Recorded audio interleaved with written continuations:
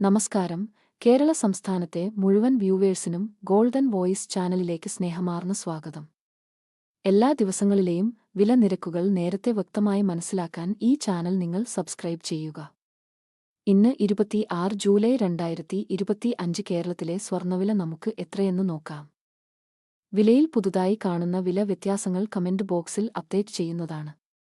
കേരളത്തിൽ ഇന്ന് വീണ്ടും സ്വർണ്ണവില കുറഞ്ഞു.